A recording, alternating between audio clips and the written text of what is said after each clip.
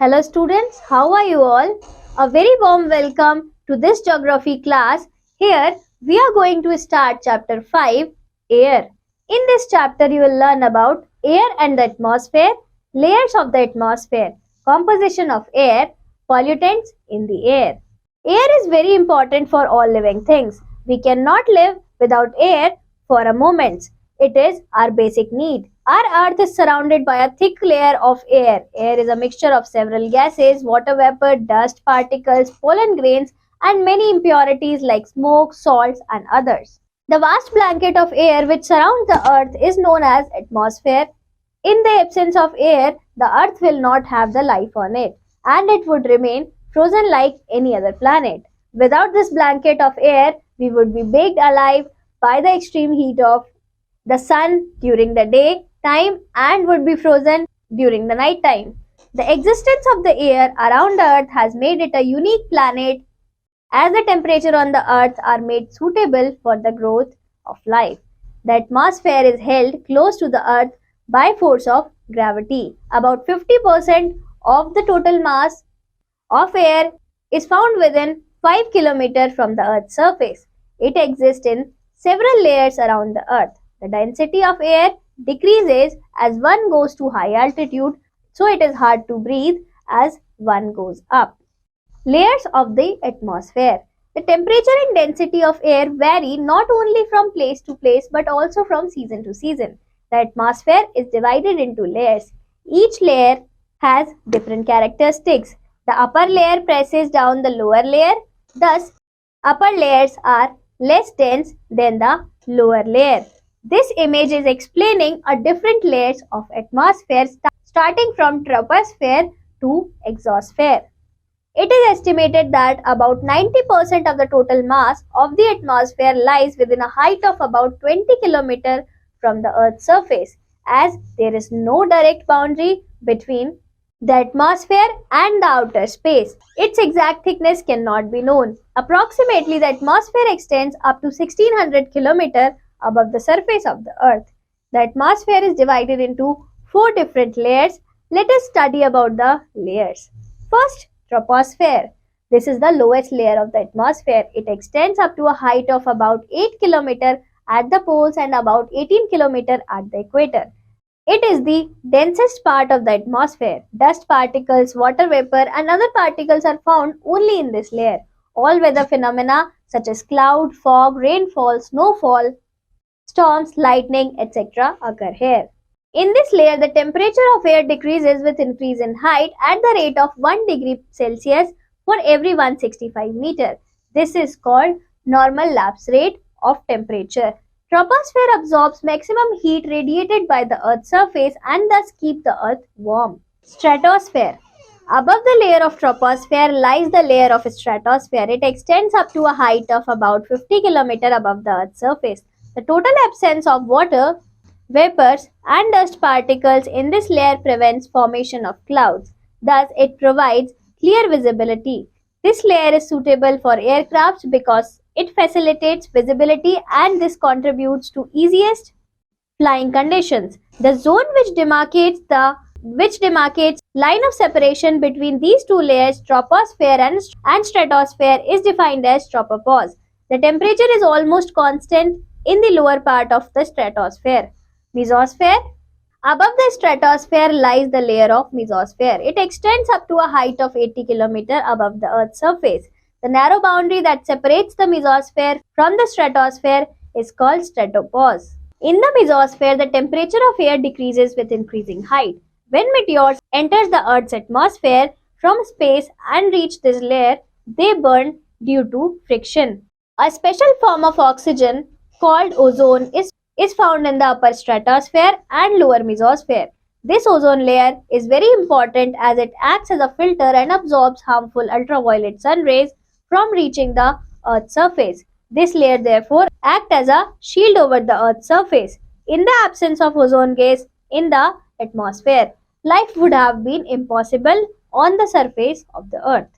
Do you know ultraviolet rays of the sun can cause skin cancer and different kinds of allergies? Thermosphere. Above the mesosphere is the thermosphere where the air is very thin. In the lower layer of thermosphere, iron particles are present in concentration. These iron particles are electrically charged and play an important role in our wireless communication. Radio waves can be sent to different places through these iron particles. For this reason, this layer is also called the ionosphere. These iron particles, they enable wireless communication on the Earth's surface. Thermosphere extends up to a height of about 450 km. Here, temperature increases rapidly with increasing height. The boundary between the thermosphere and the mesosphere is called mesopause. Exosphere. The uppermost layer of the atmosphere is called exosphere. It extends to a height of about 1600 km and gradually merges with interplanetary space. This is an extremely rare field. Very light gases like hydrogen and helium are found in this layer. Composition of air. The air which we inhale is not a single gas, but a mixture of number of gases. It is found that up to an altitude of 90 km from the Earth's surface, the proportion of three major gases present in the atmosphere is uniform. These major gases are nitrogen, oxygen, and carbon dioxide. This flowchart is showing composition of air. But above 90 km, the composition begins to change due to increase in the proportion of lighter gases like helium. Apart from these gases, the air also contains some amount of dust particles and water vapor. Let us understand the importance of each of these constituents in the atmosphere. Nitrogen. It is the most abundant gas and accounts for about 78% of the clean, dry air. Nitrogen, a colorless, inert gas, dilutes the oxygen and slows down the process of oxidation. It has little direct importance to living organisms. When we inhale air, a major amount of nitrogen is not utilized inside our body system. On the contrary, plants absorb nitrogen through the soil. This is used by plants to support their growth and development. Thus, nitrogen is indirectly useful to us. Oxygen. It is the second major gas in volume which makes up about 21% of the air. All living organisms where human beings or animals inhale oxygen from the surrounding air to stay alive. Thus, oxygen is known as life-supporting gas. The atmosphere is continuously replenished of oxygen by the green plants through the process of photosynthesis, and this keeps a healthy balance of oxygen in the air. Therefore, growing of trees and bushes is very important for a balance of oxygen supply in the air. Carbon dioxide. It is needed by plants for their survival. The human beings and animals release carbon dioxide. The amount is equal to the amount consumed by the plants. This balance of carbon dioxide in the atmosphere is being disturbed by the increased burning of fossil fuels like coal and petroleum. If the amount of carbon dioxide is more in the air, it can adversely affect the living beings since carbon dioxide has a property to absorb heat. This increases the temperature of the atmosphere, which in turn increases the temperature of the Earth's surface.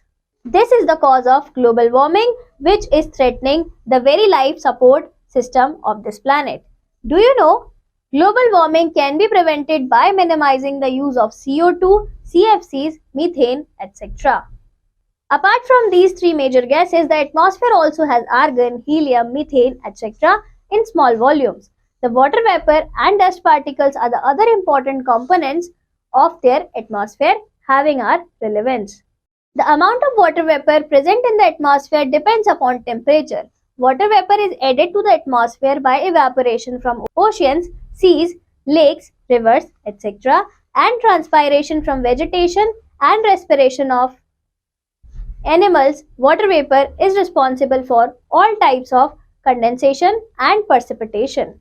The atmosphere also has large amount of fine dust particles, salt particles, pollens from plants, ash from volcanic eruptions, smoke from fire, etc. They are found in the lower layer only. These particles act as nuclei for water vapor to form raindrops around them. They also scatter the sun's radiation during sunrise and sunset.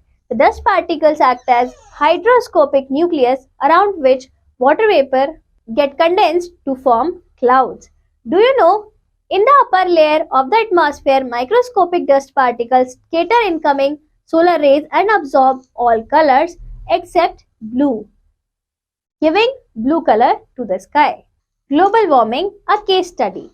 Excess accumulation of some gases like carbon dioxide, methane, chlorofluorocarbons, etc. are responsible for distributing the energy balance in the atmosphere. This can increase the heat on the earth. Carbon dioxide when released in the atmosphere. This image is showing greenhouse effect. Carbon dioxide can create a greenhouse effect by trapping the heat radiated from the earth. This carbon dioxide is called a greenhouse gas. A greenhouse which is covered with a glass allows the sun rays to penetrate but blocks the further radiation of heat from the greenhouse back into the atmosphere. On the earth, due to factories, vehicles, ACs, refrigerators, deforestation, overpopulation, the level of carbon dioxide is increasing. The heat retained increasing the average temperature of the air. This is called global warming. The climate is also changing due to a rise in a global mean temperature. On the earth, due to factories, vehicles, AC, refrigerator, deforestation, overpopulation, the level of carbon dioxide is increasing. The heat retained increases the average temperature of the air. This is called global warming. The climate is also changing due to a rise in the global mean temperature. It is expected that due to global warming, the normal precipitation in Africa and Gulf Coast of USA will be below normal.